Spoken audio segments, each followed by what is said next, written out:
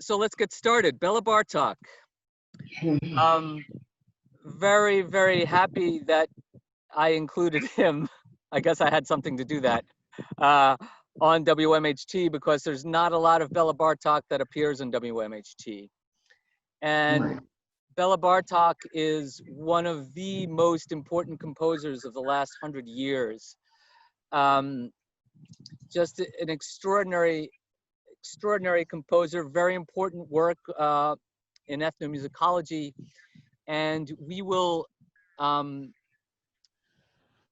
I will show you some of his papers from Columbia, which Jennifer Lee, who I interviewed at Columbia, was kind enough to share with me, which is pretty fascinating. So I thought I'd start, we'll touch on piece by piece. And I also wanted to play some more of the fourth quartet. We had to trim the program a little bit because of the interview. And I just feel like, the string quartets of Bartók are I believe, his most important works, his core repertoire. And he felt the same way. He felt these works were some of his best works that he had ever composed. But the divertimento that we started with, it was kind of I slipped in that to give a little amuse-bouche in the beginning, because that's a very unusual piece in his catalog. The divertimento was commissioned by Paul Sacher with the Basel Chamber Orchestra, and he commissioned many composers, and was a champion of Bartók. The piece, the music for strings, percussion, and celesta was commissioned by Sacher. The sonata for two pianos and percussion was commissioned by Sacher, and this piece. So the divertimento was written just before Bartók emigrated over here, and it's really kind of a neoclassical piece. And he just used this sort of concerto grosso feel of a Baroque ensemble in this work, and it's I'd say one of his more tonal works. Frankly, it's a very inviting piece, and I sort of wanted to start off with that, just to give a little taste before we jumped into the real the more abstract music of his. What did we think about that divertimento? Do we know the piece? Paul? I know it a little bit. I've only heard it a handful of times. I'm a big Bartók fan, so I'll try to restrain myself. No, please. There need to be more of you. Yourself. John? Well, there's a pretty famous Neville Mariner, again, recorded that along with some other pieces, eons ago, and that's the piece that I learned to love this recording. I used to learn to love this piece from, and this was a much better recording, I think, actually, than the Neville Mariner one. But interesting. Yeah. Interesting. I mean, I haven't listened to that Neville Mariner one in years and years. I should dig it out and listen to it again. But it's a really terrific piece.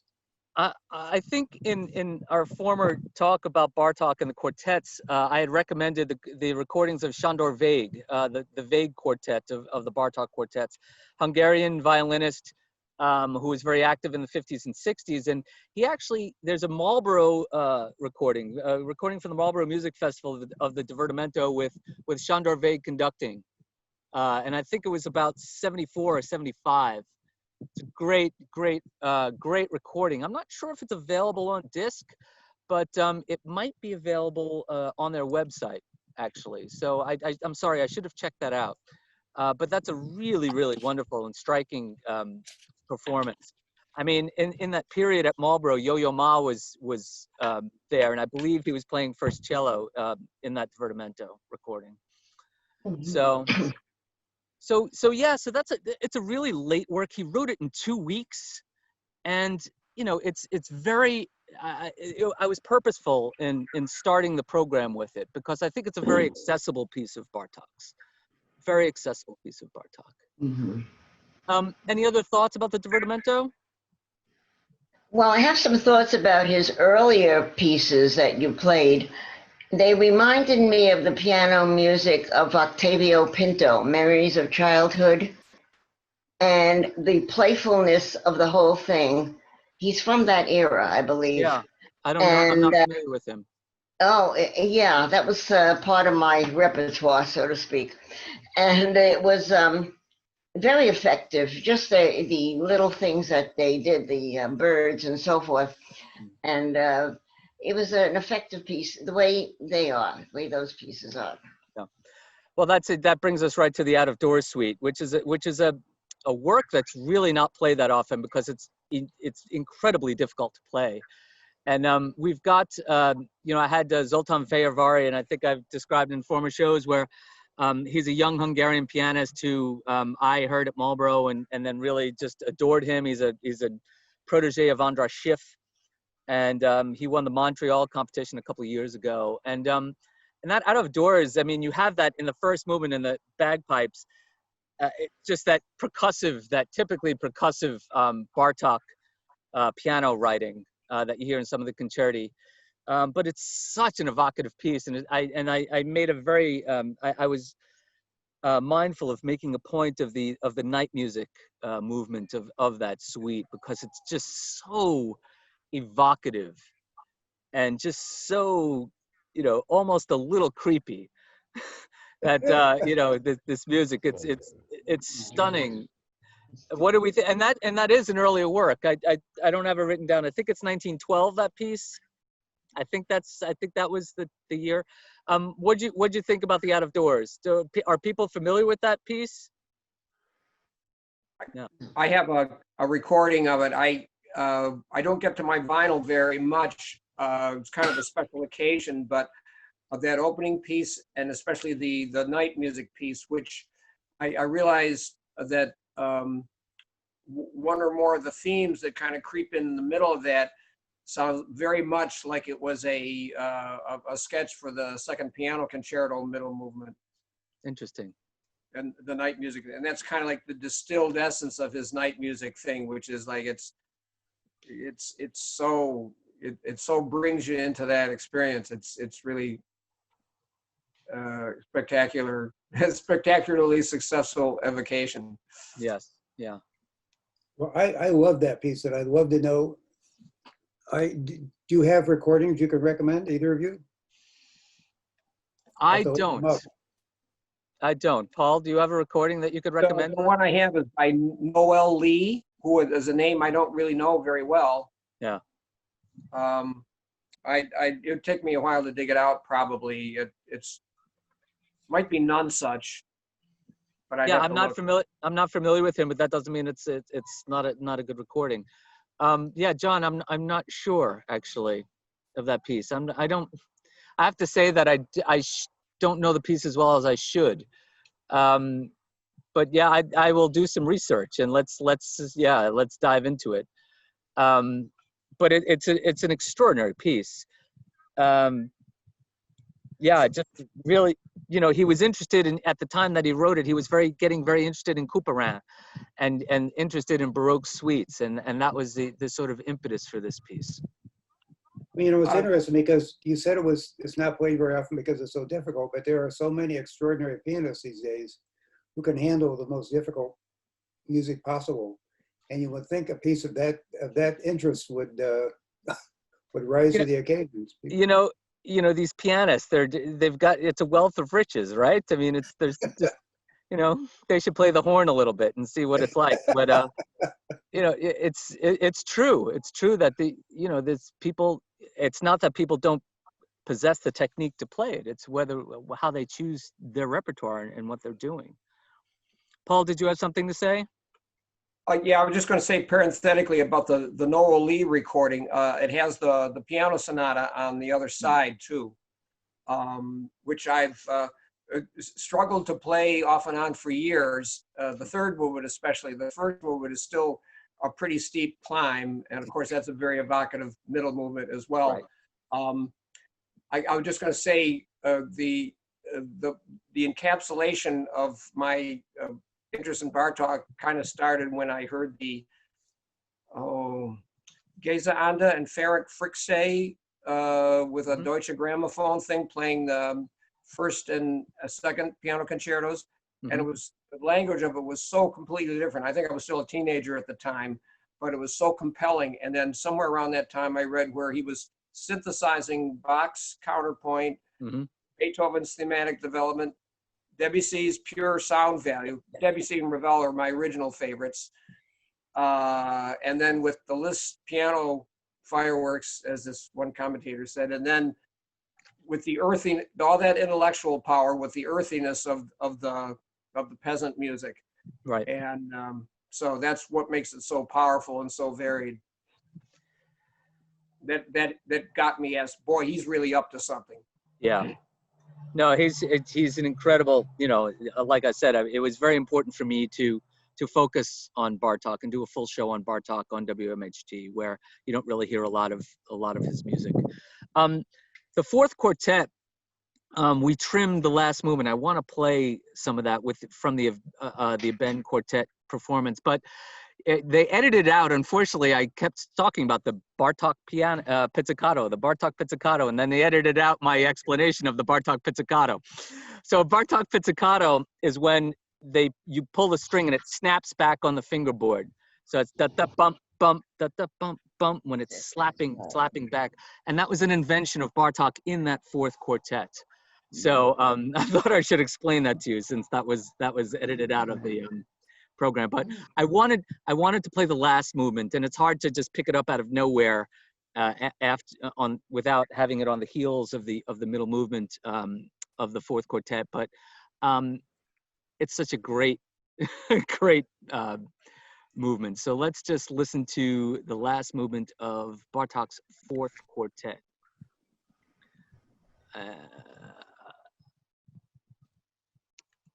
Done. Here we go.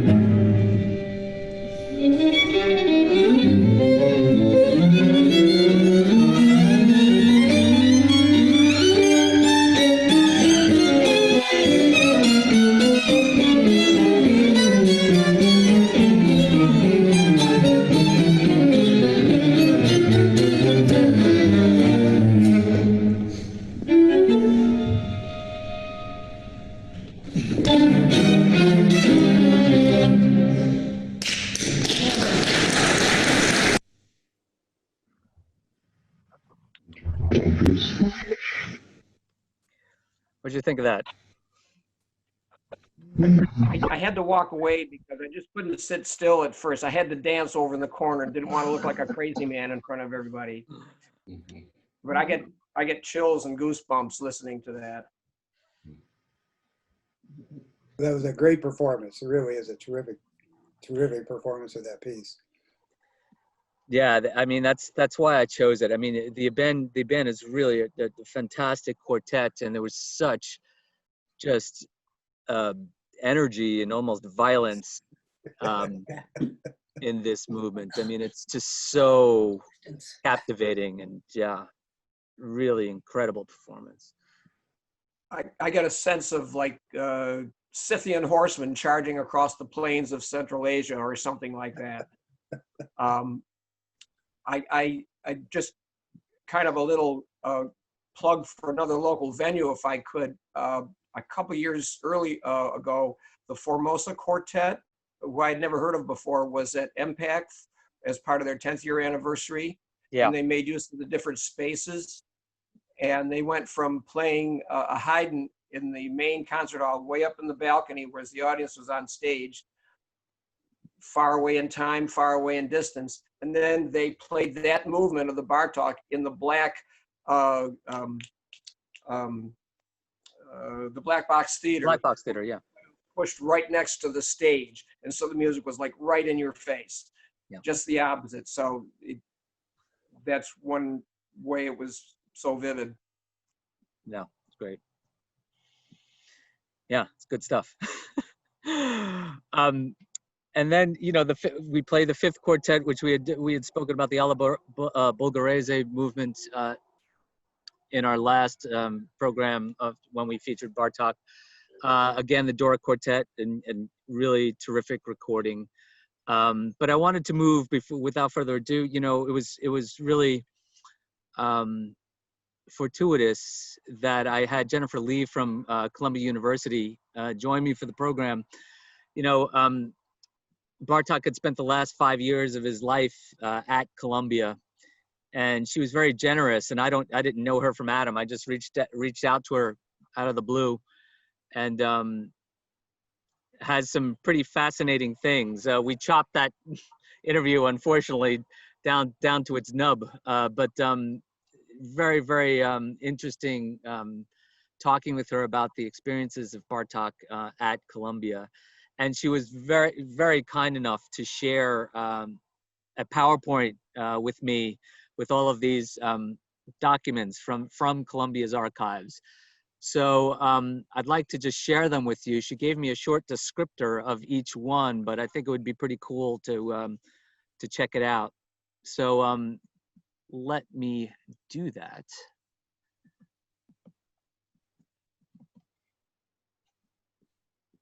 Yeah, let's see if I can.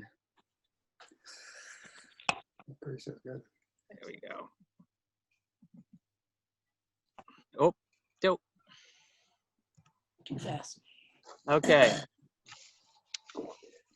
So this is a telegram from Bartók to Columbia, accepting their invitation to receive an honorary degree in 1940.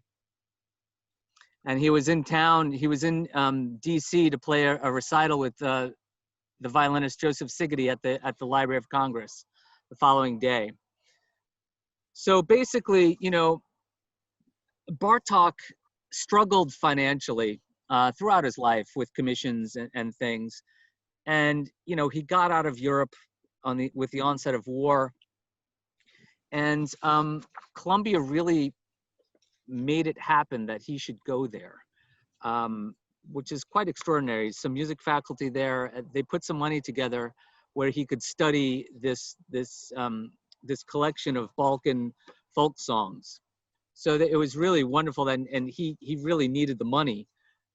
So with that position and with the help of ASCAP, he was able to live in the States and to continue to compose. So that's the first one. And here's a letter from Bartók to the president of Columbia, sending regrets for not being able to attend a ceremony on June 4th. mentioning the need to save his life works, the Hungarian folk music recordings, and noting his plan to the United States in October for several months. So this is before he had emigrated. And I have to say, his English is pretty good in these letters. Another telegram from Bartók to the Columbia, sent right after he arrived in New York City and accepting the rescheduled ceremony invitation for November 25th, 1940. So he had just arrived in New York at the Hotel Buckingham.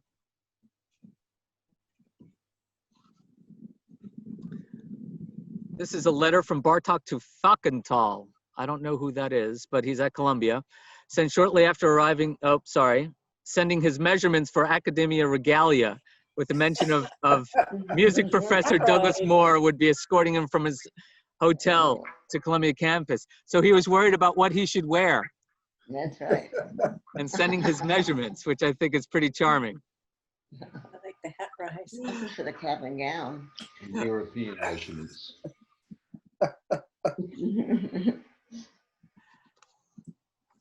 So this is his honorary degree citation text on music department letterhead written by Douglas Moore, who had invited him. So you see the description of Béla Bartók. An artist of humility, originality, and unswerving idealism. I think that's very well suited. And here's a notice of his appointment as a visiting associate. So this is when he actually got the job at Columbia. $1,500 a month. That sounds like pretty good money. And you note that the appointment will expire unless renewed on June 30th, 1941. And this is dated February 3rd. So this was not a long-term commitment.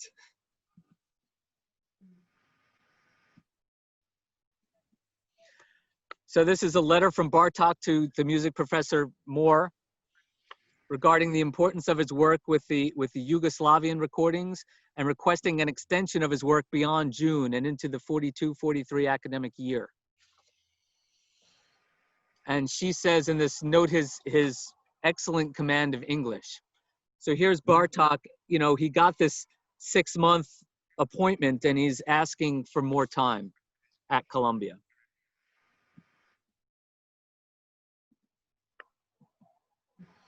And here's the second page of the letter with a gracious apology for being so forward to asking for more time.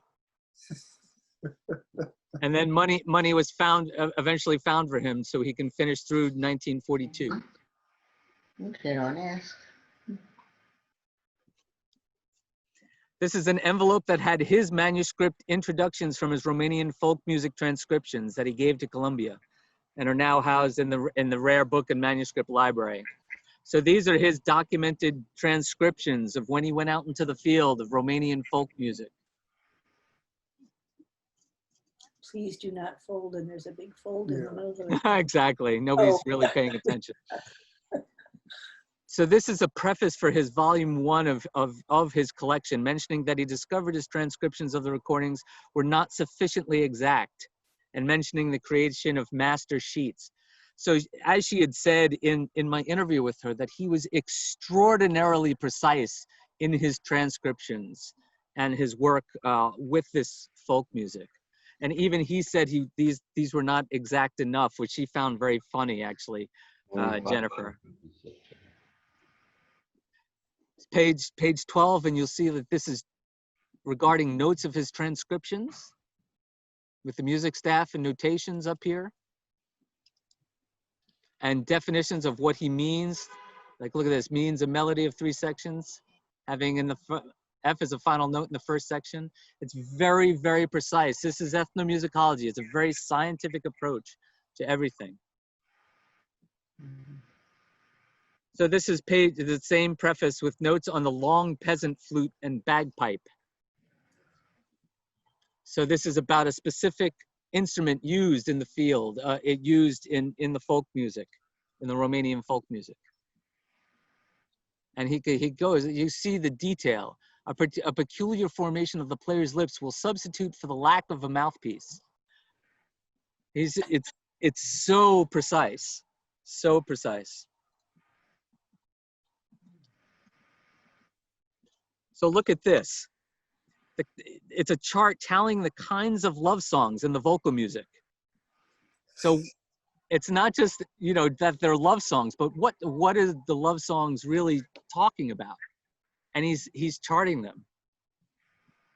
It's absolutely, it's incredible. It's absolutely incredible. Squeamishness. Squeamishness, implications on who divorced us. Forsaking him. Recalling, it's Hearing fantastic. him. Squeamishness, yeah, you got all that squeamishness. Yeah, why would that be the biggest one? Yeah, isn't it amazing? Amazing. Curses. What an organized mind. It's incredible. It's incredible. And this is camera-ready master sheets of Romanian folk music. So that's his notation, and it's camera-ready back in the day, so that it prepared it for the camera and for microfiche. And What would he have done with Sibelius? Yes, exactly. Look how, oh, sorry. Look how, rats, hold on. Look how clean his notation is, actually. I mean, it's almost from a plate, from a printing plate. So clean. Handwriting. Yeah. And here's more, the master sheets. So this is how the master sheets appeared in the printed volumes after the camera ready. So these were published in The Hague, actually, she notes in this. And here's the last one, a photo of Bartók that was signed and inscribed to the conductor Fritz Reiner in 1928. Chicago.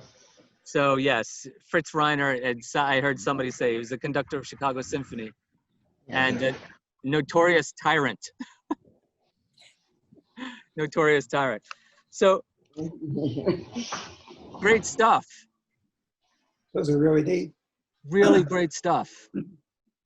The notation sure put Beethoven to shame. Yes. Oh, God. Yeah. So he spent this time at Columbia, and he was just in a back room with his wife, actually, who was that was his second wife, Tita, who was actually a former student of his. And they were just in this room notating this music, continuing his ethnomusicological work there at Columbia. And I saw a quote where he was marveling over the, I think it was actually in my interview with her, that marveling over the wonderful equipment that Columbia was providing him. He was so happy to have good equipment to be working with on his work. But unfortunately, you know, Bartók had you know, planned on going back to Hungary and everything, but he had come down with leukemia and was quite sick for the last 3 years of his life. And actually, which I hadn't known, that he used to summer at his doctor's orders at Saranac Lake. Did anybody know that? Wow. Yeah, and yes, Ellen Dean, of course. And his cabin is still there, and you can access it by appointment.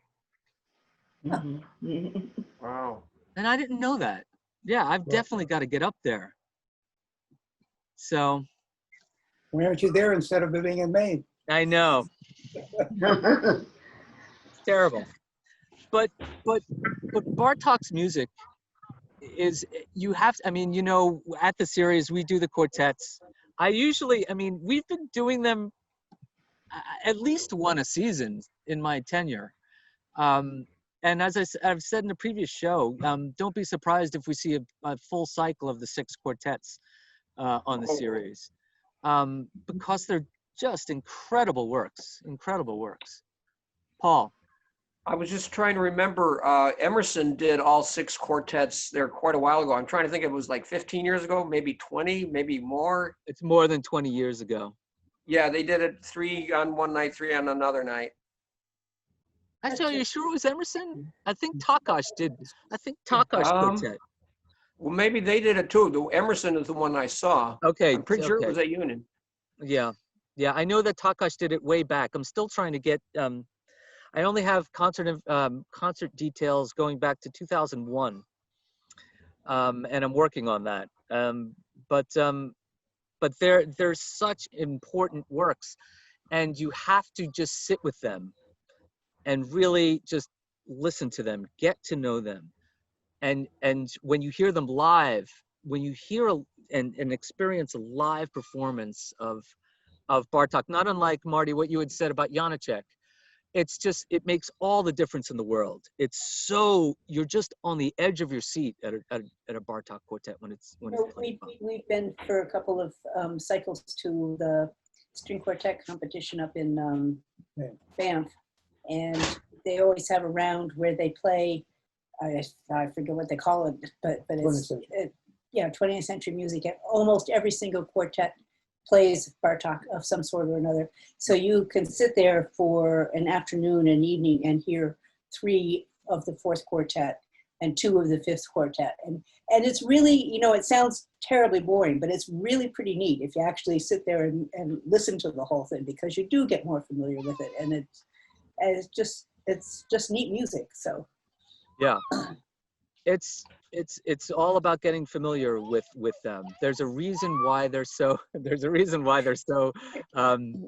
so important in the literature. You can ask any player in a string quartet, and they will list the Bartók quartets as among the most important quartets in the literature, on par with Beethoven, on par with Haydn, for sure. I'm being a dreamer, but I'm just flashing on how wonderful it would be to have the sonata for 2 pianos and percussion. It would or be. maybe the music for strings, percussion, and celesta, but that's probably 2 big forces for the chapel. Well, it can be done. Like I've said, we've, the Divertimento, that recording, I believe, was 1999, 1997. We used to do chamber orchestras at the series, but they've just become too expensive for me to produce. And not many chamber orchestras are touring anymore for that reason, because they're just so expensive. But certainly the sonata for 2 pianos and percussion is doable, especially since we have the 2 pianos on the stage. The problem is that the 2 pianos are so disparate in sound that it makes it a little difficult. And normally I've presented them in Philadelphia when I was there, the piece. It's good to have, we utilized the percussionists from the Philly Orchestra to do the piece. It's all about getting the rehearsals together and making sure that the piece is rehearsed enough. I mean, that's really the most important thing about putting that piece together. Yeah, it's so dependent on the acoustics of that particular room, right? I mean, the placement of the instruments and stuff, I understand. Yeah, there's a general way to usually the pianos are angled like this, and the percussion is in the middle. I've seen it that way. I've seen the two pianos like that.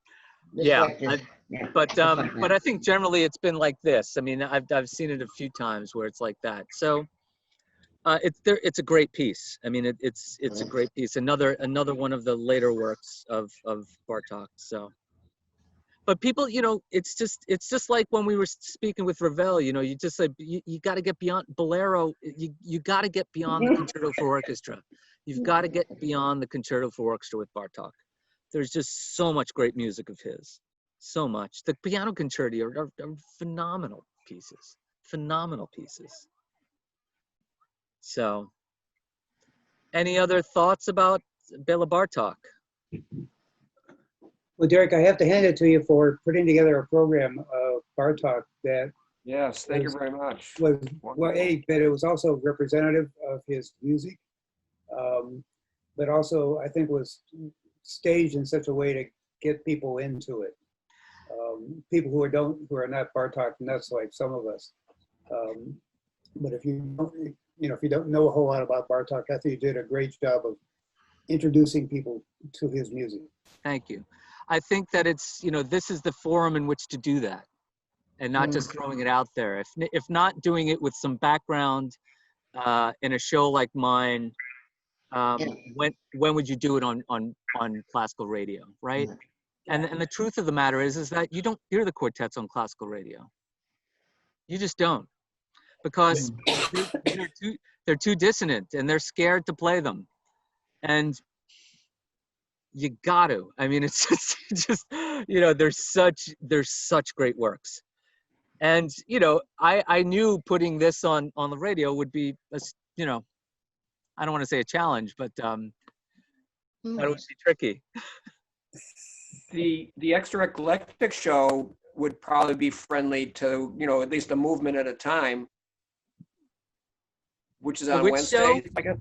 Extra eclectic. Yeah. It's on WMHC on Wednesdays. I mean, Yeah. it's, you know, available otherwise, but But even considering this music to be eclectic, you know, this music is standard repertory right now, and it's needs to be heard and needs to be well, experienced. that's a venue that's friendly for out of the ordinary and genre crossing, and that would actually be old music for them, quote unquote. But Yeah. the challenging part, I think it's acceptable of challenging the format there. I think is friendly to more challenging music. Yeah, I mean, I made the point where, you know, the Albany Symphony is commissioning all this new music that's played on the radio all the time, and these are pieces written almost 100 years ago that are firmly ensconced in the repertory. So there's no reason to overlook them. I mean, these are proven pieces that will last for centuries. So I just think that we all need to just, you know, they are challenging to listen to, but they become less challenging when you familiarize yourself with them. Yeah, and with anything, you know. It's the same thing with, you know, Cubist painting and things like that. You know, that was all, when that came out, you know, I was like, oh, what's that? Why is that nose down there? You know, it's, you just got to be at home with this music.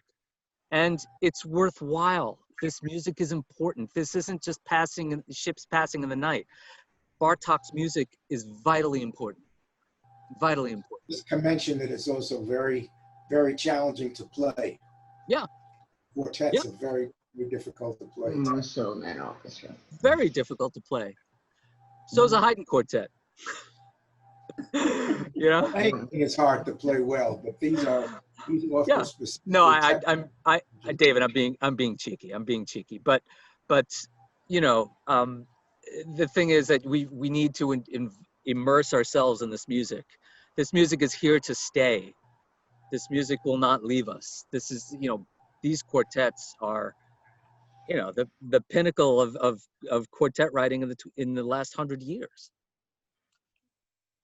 Maybe there's a way to embellish that connection I've mentioned before about synthesizing Bach's counterpoint with Beethoven's thematic development, Debussy's pure sound value of chords. Maybe there's a way to more fully describe those roots and hook some of audiences that would already appreciate those three people. Yeah. And help that to get them to the next step, as well as the ethnic peasant rootedness quality of the folk music that he was trying to bring forward. I think there's certainly, in a Black Lives Matter era, there's certainly an increased appreciation for otherwise overlooked or downtrodden peoples, and that could be, you know, another layer to work into that somehow. Yeah, I think that's a good point. But I think that, you know, with Bartók, as I'd said on a previous show, like he's such a trailblazer in his language, and that you know his predecessors in folk music. You're talking about Dvorak, even Kodai, who's his compatriot and fellow founder of ethnomusicology, is far more tonal than Bartók. But the sheer level of his craft, again, you know, I hate talking about the bones of music, and we were talking about that with Ravel, but he was such a master craftsman, Bartók. You hear these, if you latch onto the motives and what he's doing with these motives, and how he develops them over time, and how he likes to stretch time and compress time. And that's what he's like. He does a lot of metric modulation. Maybe I just thought of a quote from Wynton Marsalis, who wanted to learn to write string quartets and studied Bartók. And he might have some ideas on how to bridge the gap of understanding. He said after studying Bartók quartets, he said, man, that cat knew what he was doing as far as the craft, you know. Yeah, absolutely. It's enthusiasm. Anything else? Well, thanks you, everybody. Thank you. Thank you. And enjoy Fro- your vacation. I'm glad that I could connect to you in the boonies. I was a little worried. But I guess next week we'll get back to some normalcy with Brahms.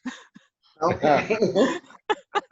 So it's a whole show on the late piano works, and I interview Paul Lewis for the show. So really great show. So thanks again, everybody. Great to see you. Thank And you. we'll see you next week. Have a good time. Okay.